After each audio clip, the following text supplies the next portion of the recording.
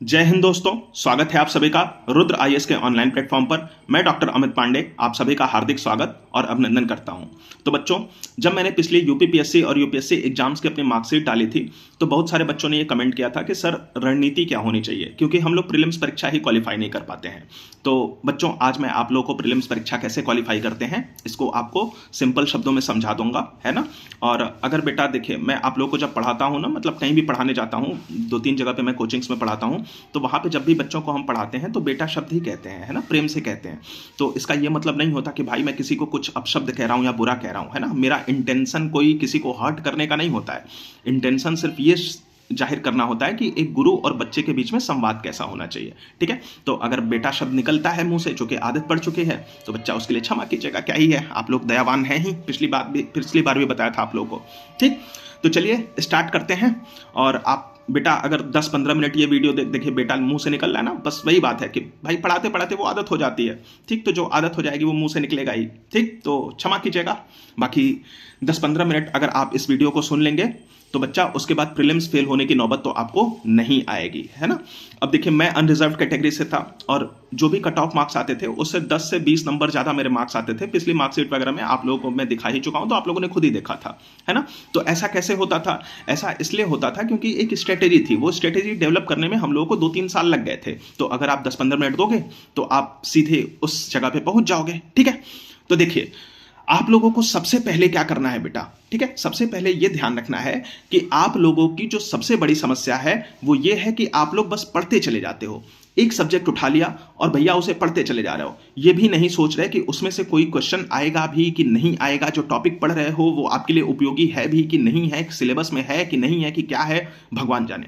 कोई लेना देना नहीं होता, है ना। तो इस स्थिति में जाकर के बच्चा क्या होता है, इस स्थिति में जाकर के हम लोगों का फेल होना लगभग तय हो जाता है ना। अब देखिए, हम लोग क्या कर रहे हैं भाई, हम लोग ये कर रहे हैं कि एक किताब उठाई, जैसे कि मान लीजिए स्पेक्ट्रम उठाया, ठीक है। स्पेक्ट्रम उठाया यानी आधुनिक साहित्य नहीं, आधुनिक इतिहास की किताब उठाई, स्पेक्ट्रम, है ना, राजीव अहिर की। और भाई जब तक वो किताब खत्म नहीं हुई तब तक रमे हुए हैं, 1 हफ्ता लग गया उसे ही पढ़ने में। तो ये गलत तरीका है, इस तरीके से नहीं करना है। अब इस स्थिति में देखने वाला तो यही देखेगा कि भाई इंसान पढ़ रहा है, रोज का रोज 8 घंटे 10 घंटे पढ़ रहा है और मेहनत किए जा रहा है। लेकिन बेटा मेहनत तो गधा भी करता है ना। लेकिन अगर गधे को यूपीएससी के एग्जाम में बैठा देंगे तो क्या वो पास हो पाएगा? नहीं हो पाएगा, है ना। तो बच्चा करना क्या है, हम लोगों को स्मार्ट स्टडी करनी है, हार्ड स्टडी नहीं करनी। आज हार्ड स्टडी का जमाना नहीं है। हार्ड स्टडी करने के लिए भाई दसियों लाख लोग फॉर्म भर रहे हैं, वो सब है हार्ड स्टडी करने के लिए। आप स्मार्ट स्टडी कीजिए और ये सोचिए कि जो मिनिमम आपने पढ़ा है ना, उससे किस तरीके से आप परीक्षा को निकाल सकते हो। क्योंकि बच्चा देखिए, सबसे बड़ी बात यह होती है कि जो भी हमने पढ़ा है उसका यूटिलाइजेशन कैसे करना है। कोई भी एग्जाम बहुत ज्यादा पढ़ करके पास नहीं किया जाता, कोई भी एग्जाम कम से कम चीजों को बार बार पढ़ करके पास किया जाता है। तो बस इसी सूत्र को याद रखिए। अब मैं आप लोगों को बताता हूं तरीका कि पढ़ने का मेथड क्या होना चाहिए। तो देखिए, इस एग्जाम में बैठने से पहले, चाहे यूपीएससी का एग्जाम हो चाहे किसी स्टेट पीसीएस का एग्जाम हो, आपको बेटा सबसे पहले यह ध्यान रखना है कि आपके पास कम से कम 3-4 साल होने चाहिए। जो भी लोग ये सोच रहे हैं ना कि बस आज हम परीक्षा में बैठे और 1 साल बाद हम आईएएस बनकर के ही निकलेंगे, तो बच्चा ऐसा कुछ नहीं होने वाला है, ठीक है। ये केवल कपोल कल्पना है। 1-8% से भी कम, मतलब 0.001% केसेज में ऐसा हो सकता है कि किसी का लक रहा हो, भगवान चाहता हो। तो भाई भगवान सबको तो नहीं बनाता, है ना। सब लोग पूजा कर रहे हैं भगवान की, लेकिन भगवान सबको तो आईएएस पीसीएस एसडीएम बनने का मौका नहीं देता, ठीक। तो बस यही आपको ध्यान रखना है, ठीक। अब देखो, आप लोगों को बेटा करना क्या है। सबसे पहले बच्चा, जब भी आप पढ़ाई शुरू करो, ठीक, तो पहला आपको यही ध्यान रखना है कि 3-4 साल आपके पास हो, और वो 3-4 साल अगर आपके चले भी जाएं तो आपके जीवन पर कोई नकारात्मक प्रभाव ना पड़े। दूसरा काम आपको ये करना है कि आपको जिस भी स्टडी टेबल पे, जहां पर भी आप पढ़ाई करते हैं, आपके सामने सिलेबस रखा हुआ होना चाहिए। अब देखिए, मैं जिस तरीके से बच्चा आप लोगों को पढ़ा रहा हूं, मेरे पास मिनिमम रिसोर्सेज हैं। केवल एक ये कैमरा है मेरे मोबाइल का और एक ईयरफोन है, ठीक है। इसी के आधार पे मैं आप लोगों को सब कुछ पढ़ा दूंगा, ठीक। ना किसी चीज का प्रमोशन करता हूं, ना किसी चीज के बारे में कहीं पे आपको एडमिशन लेने की सलाह देता हूं। तो बेटा सबसे पहले क्या होना चाहिए, सिलेबस आपके सामने हो, ठीक। अब उस सिलेबस को देख करके जब भी भाई आप क्या करो, जब भी स्टडी टेबल पे आओ, चाहे सुबह पढ़ने आओ और जब रात को सोने जाओ, तो बच्चा उस सिलेबस को एक बार देख लो, ठीक। उस सिलेबस को देख करके आपको ये अंदाजा लग जाएगा कि आपको पढ़ना कितना है, आपका दायरा कितना है, ठीक है। तो अगर हम प्रीलिम्स परीक्षा की बात करें तो प्रीलिम्स का सिलेबस आपके सामने रखा होना चाहिए। दूसरी चीज कि जब भी आप एग्जाम में बैठने के लिए मतलब किसी भी एग्जाम की तैयारी करने के बारे में सोचो तो पिछले 10 से 15 साल के क्वेश्चन पेपर लेकर के आइए। जैसे यूपीएससी में बैठना है तो यूपीएससी के 10 से 15 साल के लिए आइए, यूपीपीएससी का तो यूपीपीएससी के, बीपीएससी का बीपीएससी के, एमबीपीएससी का देना है तो एमबीपीएससी के 10-15 साल के क्वेश्चन पेपर ला करके रख दीजिए और एक हफ्ते उनका गहन अध्ययन कीजिए। 3 से 4 बार आपको प्रत्येक प्रश्न पत्र पढ़ना है। ठीक, इससे होगा ये कि आपको ये अंदाजा हो जाएगा कि एक तो आपने सिलेबस पढ़ा और दूसरा आपने क्वेश्चंस देखे, तो आपको ये अंदाजा हो जाएगा कि किस दायरे से आपको बाहर नहीं निकलना है। क्योंकि आपके एग्जाम में मतलब सिलेबस में लिखा हुआ है सामान्य विज्ञान, तो बच्चा आप कैसे सिद्ध करोगे कि कौन सी चीज सामान्य विज्ञान के दायरे के बाहर नहीं जाती है। जैसे कि रॉकेट का सिद्धांत है, रॉकेट का सिद्धांत है संवेग संरक्षण का सिद्धांत, तो क्या रॉकेट टेक्नोलॉजी जो है वो सामान्य विज्ञान के अंदर नहीं आएगी? बिल्कुल आएगी। तो इसीलिए आपको बच्चा क्या करना है, आपको सिलेबस पढ़ना है और साथ में क्वेश्चन पेपर भी देख लेने हैं। इससे आपको अंदाजा लग जाएगा कि आपका दायरा क्या होना चाहिए। उसके बाद आपको किताबों के अंदर घुसना है। ठीक है बेटा? ठीक, तो चलिए, तो ये चीज आप लोगों को अंदाजा हो गया। अब इसके बाद बहुत सारे बच्चों का क्वेश्चन रहता है कि हमको प्रतिदिन कितना पढ़ना चाहिए। तो बच्चा देखिए, आपको प्रतिदिन केवल 8 घंटा पढ़ना है ना। उस तरीके का जब बच्चे शेड्यूल बनाना शुरू करते हैं ना, तो वो इस तरीके का अयथार्थवादी शेड्यूल बना लेते हैं कि भाई 16 घंटा पढ़ेंगे। ठीक, कुछ बच्चे 20 घंटा पढ़ेंगे। भाई अपने खाने पीने और एंटरटेनमेंट के लिए समय आपके पास होना चाहिए। आपके पास दिन में 1 घंटा जिम करने या दौड़ने वगैरह के लिए भी होना चाहिए ताकि आप स्वस्थ रहें। अगर स्वस्थ नहीं रहेंगे तो कोई भी एग्जाम तो छोड़िए भाई, एग्जाम के पहले ही आप बीमार होकर के पड़ जाएंगे। ठीक है बेटा? तो पहली चीज ये ध्यान रखनी है।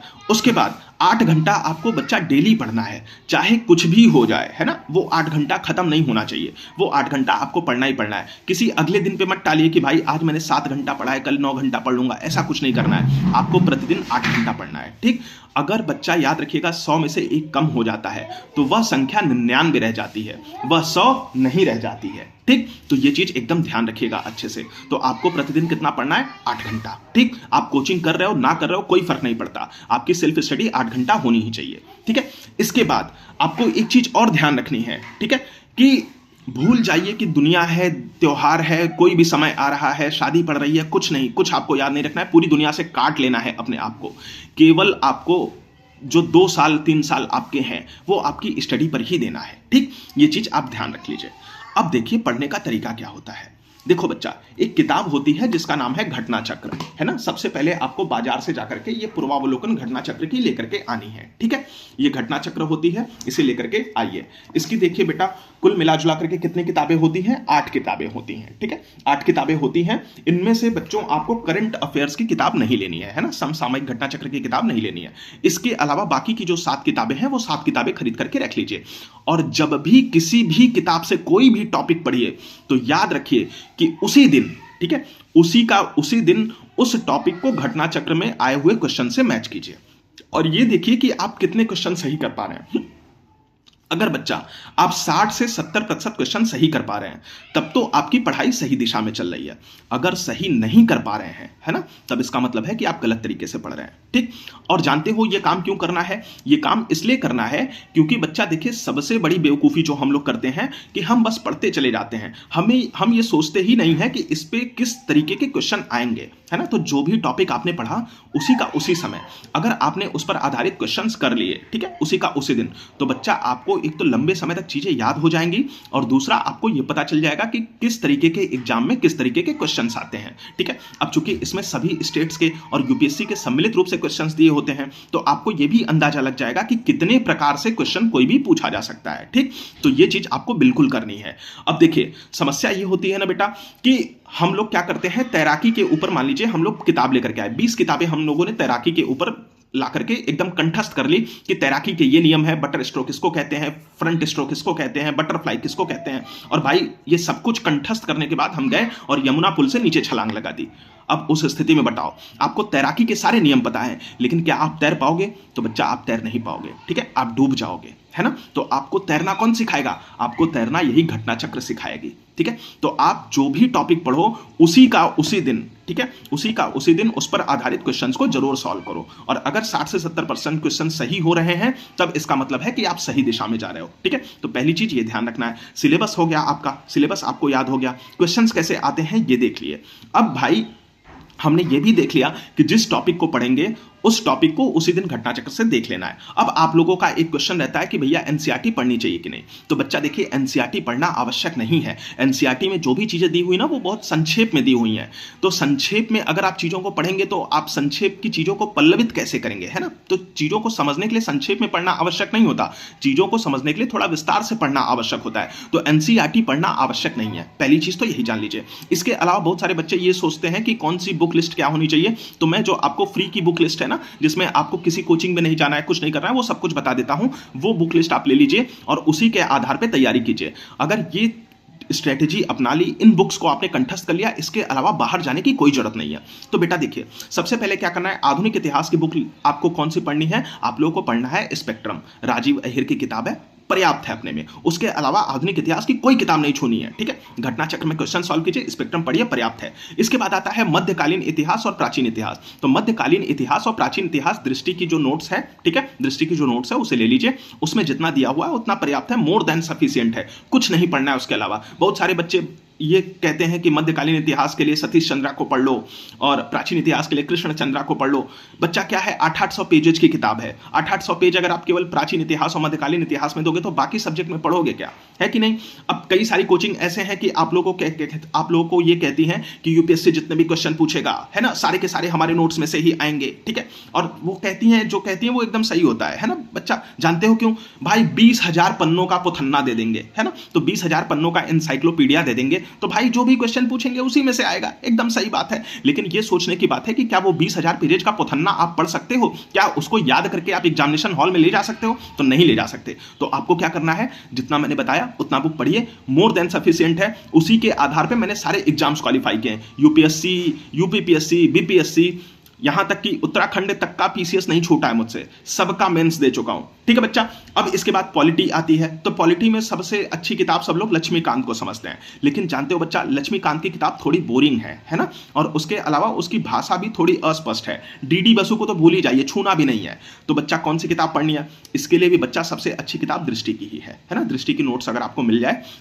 उसकी किताब ले लीजिए, दृष्टि की नोट्स वाली किताब जो है, ठीक, वो ले लीजिए और उससे पढ़ डालिए। सबसे अच्छी भाषा में, सबसे सरल और सिंपल भाषा में दृष्टि की किताब में ही लिखा है। अब आप लोग ये मत कहना कि भैया दृष्टि विजन का प्रचार कर रहा हूं, ऐसा कुछ नहीं है भाई। जो बुक सबसे अच्छी है वो बता रहा हूं आपको, ठीक। बाकी जगह पे दृष्टि का नाम भी नहीं आएगा। उसके बाद बेटा आता है साइंस, ठीक है। साइंस एंड टेक्नोलॉजी में बच्चों को बहुत कंफ्यूजन होता है कौन सी किताब पढ़ें। आपको कुछ नहीं करना है, 8वीं 9वीं 10वीं की एनसीईआरटी लीजिए साइंस की और एकदम चाट डालिए, एकदम रट्टा मार लीजिए, 8वीं 9वीं और 10वीं, ठीक है, मोर देन सफिशिएंट।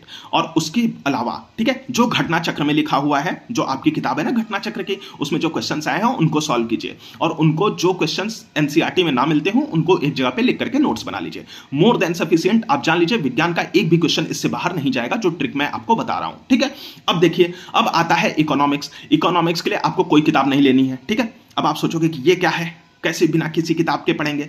तो भाई देखो, ठीक है, मुरोडाल जी को आप जानते होंगे, MRUNAL, मुरोडाल जी की बहुत सारी प्राचीन समय की वीडियोज पड़ी हुई हैं। अब आप ये मत सोचना कि प्राचीन समय की वीडियोज आज देखने के लिए कराऊं, कोई फर्क नहीं पड़ता, सिद्धांत समझने हैं आपको, है ना। तो मुरोडाल की प्राचीन काल की किताब, प्राचीन काल की वीडियोज उनके चैनल पे पड़ी हुई है, मुरोडाल पटेल नाम से चैनल है, ठीक है, देख लीजिएगा, मुरोडाल एकेडमी या मुरोडाल केवल करके होगा, ठीक। उन पे उनकी प्राचीन काल की प्लेलिस्ट पड़ी हुई है, उस प्लेलिस्ट को देख लीजिए, उसकी नोट्स बना लीजिए, है ना। जैसे आप लोग क्लास में पढ़ते हो और नोट्स बनाते चलते हो ना, बस एकदम सिंपल शब्दों में उसकी नोट्स बना लो, मोर देन सफिशिएंट है। उसी से सारे क्वेश्चन आप भी आज भी सारे स्टेट पीसीएस में आते हैं। इसके बाद, ठीक, इसके बाद घटना चक्र को सॉल्व कर लो, खत्म इकोनॉमिक्स, कुछ नहीं, इकोनॉमिक्स में कोई किताब नहीं लेनी, ठीक है, बस इतना ही करना है। मुरोडाल की वीडियोज उनकी और अपनी नोट्स बना लो मुरोडाल की वीडियोज के आधार पे, और क्या करना है, और सिर्फ घटना चक्र को सॉल्व कर लो, इकोनॉमिक्स खत्म, इससे ज्यादा कुछ नहीं पढ़ना है प्रीलिम्स के लिए, ठीक है। ये सारी की सारी चीजें प्रीलिम्स के लिए बता रहा हूं, ध्यान रखिएगा। इसके बाद आती है ज्योग्राफी। तो ज्योग्राफी के लिए बच्चा किताब है एक, मैं आपको दिखा ही देता हूं, ये महेश बर्णवाल जी की किताब है, भारत का भूगोल, भारत का भूगोल नहीं, भूगोल एक समग्र अध्ययन, ठीक है। इसमें विश्व भूगोल भी है और साथ में भारत का भूगोल भी है। इसको पढ़ लीजिए और साथ में एक मैप लेकर के, जो इसमें मैपिंग वगैरह कराई गई है, उसमें जगहों के मतलब जगहों को थोड़ा देख लीजिए, बस काम खत्म। इसके अलावा कुछ नहीं पढ़ना है भूगोल में, ठीक है। बाकी क्वेश्चन सॉल्व करने हैं बस घटना चक्र के, ठीक। इसके बाद आता है करंट अफेयर्स, और बच्चों को सबसे ज्यादा समस्या होती है करंट अफेयर्स में कि करंट अफेयर्स में क्या पढ़ना है ना। तो एकदम सिंपल सी ट्रिक बता देता हूं भाई। देखिए, करंट अफेयर्स के लिए दुनिया में मतलब पता नहीं कौन कौन सी 365, 366 ऐसी ऐसी मैगजीन आती हैं, है कि नहीं भाई। कोई भी मैगजीन मत छुओ, ठीक है। ये सारी मैगजीन ना ऐसी हैं कि आधे घंटे पढ़ने के बाद ना ऐसा मन करता है कि छत पे चढ़ जाए और सर के बल कूद जाए। एक तो पढ़ाई अपने आप में बोरिंग क्रिया है कि भाई कौन है ऐसा जो पढ़ने के लिए जी रहा है ना। तो भाई अब उसमें आप पढ़ोगे भी ऐसी चीजें जिसमें आधा घंटा पढ़ने के बाद आपका मन ही उचट जाए, तो फिर कैसे पढ़ पाओगे, है ना। तो बेटा ऐसी कोई भी मैगजीन नहीं पढ़नी है आपको। कौन सी मैगजीन लेनी है आपको? लेनी है सिंपल और सबसे अच्छी मैगजीन जिसका नाम है प्रतियोगिता दर्पण, जिसके लिए कोई मानता ही नहीं कि यूपीएससी में काम करेगी, है ना। लेकिन आपको टेंशन नहीं लेना है, वही प्रतियोगिता दर्पण उठाइए और हर महीने खरीदिए, ठीक है। और ये ध्यान रखिए कि एक ही दिन में प्रतियोगिता दर्पण को नहीं पढ़ लेना है। मैगजीन का मतलब होता है एक महीने में एक बार आई है, ठीक। तो आपको क्या करना है बच्चा, आपको महीने भर का समय देना है, ठीक है। थोड़ा थोड़ा आराम आराम से पढ़िए और प्रतियोगिता दर्पण की कोई नोट्स वोट्स नहीं बनानी है, बस उसमें अंडरलाइन करते चलिए। और उसको याद रखिए कि प्रतियोगिता दर्पण पहले पेज से लेकर के आखिरी पेज तक सब कुछ पढ़ना है, ठीक है। अगर आप यूपीएससी की तैयारी कर रहे हो ना, तो प्रतियोगिता दर्पण का पहले पेज से लेकर के आखिरी पेज तक मतलब जितना संपादकीय है और जितना करंट का घटनाक्रम है उसे पूरा पढ़ना है ना। उसमें जो क्वेश्चन पेपर्स आते हैं वो मन हो तो वो भी सॉल्व कर सकते हैं, इससे आपको फायदा ही होगा, ठीक।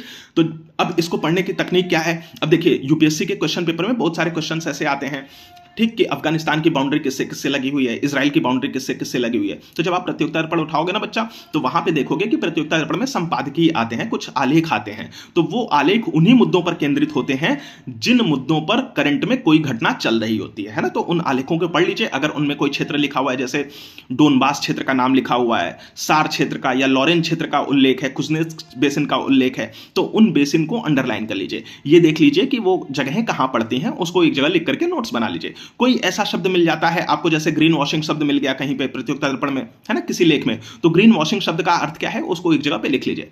बस इतना सिंपल सा काम करना है ना। तो यूपीएससी में जो ये क्वेश्चन आते हैं कि हाल ही में ये घटना चर्चा में रही है या हाल ही में ये शब्द पॉपुलर रहा है, ठीक, तो बस उसी से आपका काम हो जाएगा। इसके अलावा बहुत सारे बच्चों का ये होता है कि हिंदू पढ़ना है, इंडियन एक्सप्रेस का पढ़ना है। बच्चा, हिंदू और इंडियन एक्सप्रेस को आग लगा दो, ठीक है। कुछ नहीं पढ़ना है, कोई भी आपको न्यूज़पेपर छूना तक नहीं है ना। न्यूज़पेपर से कोई क्वेश्चन वैश्चन नहीं बनता है, ठीक। न्यूज़पेपर पढ़ने की कोई आवश्यकता नहीं है। आप एक मैगजीन पढ़ो प्रतियोगिता दर्पण, और उसके अलावा, ठीक है, रोज 2 घंटा किसी न्यूज़पेपर को देने से अच्छा है कि आप एक एक्स्ट्रा मैगजीन पढ़ लो कोई, ठीक है। अगर आपने 2 मैगजीन पढ़ ली तो क्या उसके बाद करंट का कोई क्वेश्चन आपके सिलेबस से बाहर जाएगा? तो एक तो प्रतियोगिता दर्पण अनिवार्य रूप से पढ़ना है। उसके अलावा अगर आपके में इच्छा बचे, वैसे तो प्रतियोगिता दर्पण सफिशिएंट है, चाहे यूपीएससी हो, चाहे यूपीपीएससी हो, चाहे कोई स्टेट पीसीएस हो, है ना। लेकिन अगर आपका फिर भी उससे मन ना माने, तो भाई अंत समय में आंख वाली दृष्टि आती है ना, उसे पढ़ लीजिएगा, ठीक है। एक मैगजीन आती है जिसमें साल भर की सारी घटनाओं का समावेशन होता है और यूपीपीसीएस में उसी से क्वेश्चन पूछे जाते हैं मुख्यतः, ठीक। तो उसको पढ़ लीजिए, या कोई भी अन्य मैगजीन एक पढ़ लीजिए। कोई भी न्यूज़पेपर को हाथ भी नहीं लगाना है ना। मैंने आज तक कोई न्यूज़पेपर नहीं पढ़ा है और भाई मैं हमेशा पास होता रहा, ठीक है। तो जब तक न्यूज़पेपर पढ़ता था तब तक कभी पास नहीं होता था, क्योंकि 2-3 घंटे लग जाते थे हिंदू पढ़ने के लिए। बहुत सारे बच्चे हिंदू को इसलिए पढ़ते हैं कि इंग्लिश सुधारनी है। बच्चा, हिंदू पढ़ने की शर्त ही यही है कि आपकी इंग्लिश बहुत अच्छी होनी चाहिए, ठीक है। तो हिंदू को इंग्लिश सुधारने के लिए नहीं पढ़ना है। अगर आपकी इंग्लिश अच्छी हो तब हिंदू पढ़ना है, और वो भी आपको हिंदू नहीं पढ़ना है ना। 2 घंटा उसमें लगाने से अच्छा है आप किताबों में दे दीजिए, किसी मैगजीन को डेली 2 घंटा दे दीजिए, आप पारंगत हो जाएंगे, ठीक है। तो ये सारा काम आप लोगों को मतलब करंट अफेयर्स के लिए बस इतना ही करना है, इससे ज्यादा कुछ नहीं करना है, ठीक है।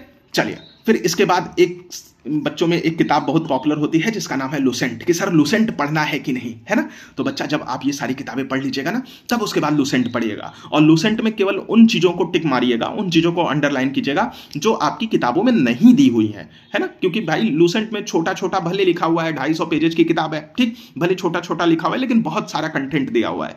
तो अगर आपने जो मेन किताबें मैंने आपको बताई, उनको पढ़ने के बाद अगर कोई भी ऐसा तथ्य है, ऐसा फैक्ट है जो कि आपको उन किताबों में नहीं मिलता, केवल उनको लूसेंट में अंडरलाइन करना है, ठीक है। और केवल उनको ही पढ़ना है, उनको ही रिवीजन करना है। इसके अलावा जब आप ये सारी चीजें कर लेंगे, तब उसके बाद बच्चा, मतलब ये सारी चीजें जब आपने पढ़ ली, अपने मेन सिलेबस की सारी चीजें पढ़ ली, उसके बाद आपको एक एक विषय का घटना चक्र उठाना है और सारे क्वेश्चन लाइन से कर देने हैं, ठीक है। और जिन क्वेश्चंस में आप फंस रहे हो, है ना, उनको एक जगह पे कॉपी पेन लेकर के लिख लेना है। ताकि देखिए, जितने भी घटना चक्र में क्वेश्चन दिए हुए ना, जितने स्टेट पीसीएस के एग्जाम है, 30 से 40% क्वेश्चन हर बार रिपीट होते हैं। अभी अभी जो यूपी पीसीएस का पेपर हुआ है ना, इसमें भी 30 से 40% क्वेश्चन रिपीट हुए हैं, लेकिन बच्चे मानेंगे ही नहीं, ठीक है। लेकिन आप मेरे साथ उठाइए, मैं आपको एकदम हाथ रख करके दिखा दूंगा कि फलाना क्वेश्चन कब रिपीट हुआ है। भाई मैं पढ़ाते पढ़ाते अब इतना पारंगत हो चुका हूं ना कि मुझे एकदम ये सन तक याद हो गया कि किस सन में किस जगह पे कौन सा क्वेश्चन पूछा गया है। ठीक है, तो आप लोगों को क्या करना है, आप लोगों को उसके बाद घटना चक्र को अच्छे से सॉल्व कर लेना है, और जिस क्वेश्चन में फंसे उस क्वेश्चन को एक कॉपी ले लीजिए, उसमें लिख लीजिए। ठीक है, तो वो क्वेश्चन आपको आजीवन याद रहेंगे, और उसके बाद जब भी वो क्वेश्चन आएंगे तो कभी आपके क्वेश्चन गलत नहीं होंगे।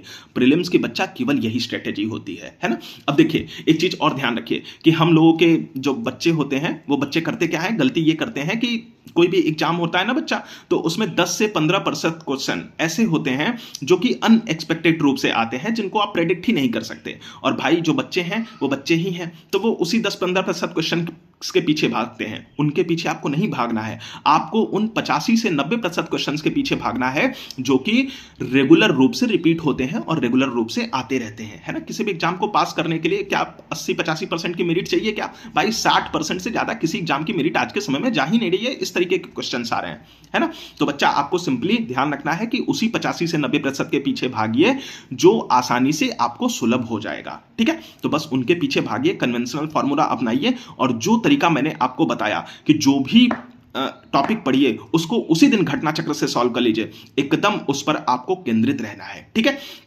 इसके अलावा और कोई तरीका नहीं है प्रीलिम्स पास करने का, एकदम सिंपल और सबसे आसान तरीका है। केवल इस तरीके से आप बच्चा, मेरी कुछ मत मानो, आप 2 महीने इस तरीके से करके देख लो। ठीक है, और उसके बाद कोई भी क्वेश्चन पेपर सॉल्व करके देखना, आप खुद ही महसूस करोगे कि भाई एकदम आसान है, समझ में आया। और जब आप लोगों का एग्जाम करीब आए, ठीक है, जब प्रीलिम्स की परीक्षा करीब आए, तब क्या करो, तब भैया देखो किसी कोचिंग को कुछ ज्वाइन वाइन नहीं करना है, किसी का टेस्ट सीरीज नहीं लगाना है। भाई कटरा चले जाओ, कहीं दिल्ली में हो तो मुखर्जी नगर चले जाइए, ठीक है, राजेंद्र नगर चले जाइए, हर जगह पे रोड पे आप लोगों को हर कोचिंग का वो मिलता रहता है ना, क्वेश्चन पेपर मिलता रहता है, बिकता रहता है, उठाइए सॉल्व कीजिए, क्या ही दिक्कत है।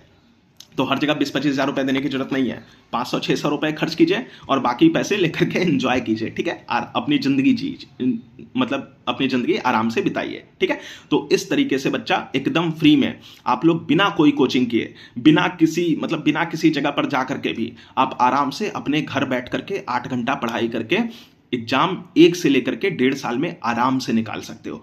कोई भी प्रीलिम्स हो, एक बार निकलना शुरू हुआ ना तो उसके बाद कोई प्रीलिम्स दुनिया का आपसे रुकेगा नहीं। बस याद रखना है कि स्ट्रेटेजी यही होनी चाहिए, क्वेश्चन सॉल्व करना आपके पढ़ने से ज्यादा महत्व रखता है। समझ में आया? ठीक है, तो बस इतनी चीजों को आप ध्यान रखिए। और आप लोगों को मेंस की भी स्ट्रेटेजी चाहिए होगी तो वो भी बता दीजिएगा, और अगर आरओ वगैरह का भी कोई दिक्कत हो वो भी बता दीजिएगा, तो मैं वो भी आप लोगों को करा दूंगा। ठीक है, मैं अब मतलब पढ़ते पढ़ते अब एकदम पागल हो चुका हूँ। ठीक है, तो आप लोगों को जो भी पढ़ना होगा, जो भी चीज़ें ना समझ में आती हों वो मुझे बताइएगा, कमेंट में आप लिख दीजिएगा, मैं उसको देख लूँगा। और चूंकि अब देखिए 2-3 दिन तो मैं रेगुलर वीडियो बनाया, उधर इस तरफ इस समय नहीं बना पा रहा क्योंकि अब क्लासेस शुरू हो चुके हैं ना। उस समय दीपावली की छुट्टी थी तो मैं आप लोगों के लिए वीडियो बना पा रहा था, अभी दीपावली की छुट्टी खत्म हो चुकी है, आज संडे है इसलिए मैं वीडियो बना पा रहा हूँ। अगर आज संडे नहीं होता तो भाई मेरी क्लासेस लगी होती हर जगह पे, तो मेरे पास समय ही नहीं होता। ठीक, तो आप लोग जो भी लिखेंगे मैं उस पर ध्यान दूंगा और अगले वीडियो में आप लोगों के लिए उसका समाधान भी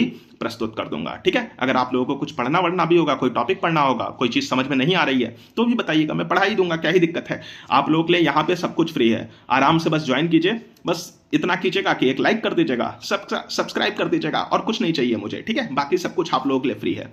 और जिन बच्चों को मुझसे कांटेक्ट करना हो तो भाई अब देखिए, मैं आप लोगों को अपना मोबाइल नंबर तो पर्सनल नहीं दे सकता। ठीक है, तो यहाँ पे इसी चैनल पे मेरा ईमेल आईडी दिया हुआ है amitfirstnamepande@gmail.com, तो आप उस पर मुझे कोई भी मैसेज करके क्वेश्चन पूछ सकते हैं। अगर जरूरत पड़ती है तो मैं आपको अपनी टेलीग्राम आईडी भी प्रोवाइड करा दूंगा ईमेल में, और आप मुझसे डायरेक्ट चैट भी कर सकते हैं। ये सब एकदम फ्री है, आप लोगों को किसी भी चीज के लिए परेशान होने की आवश्यकता नहीं है।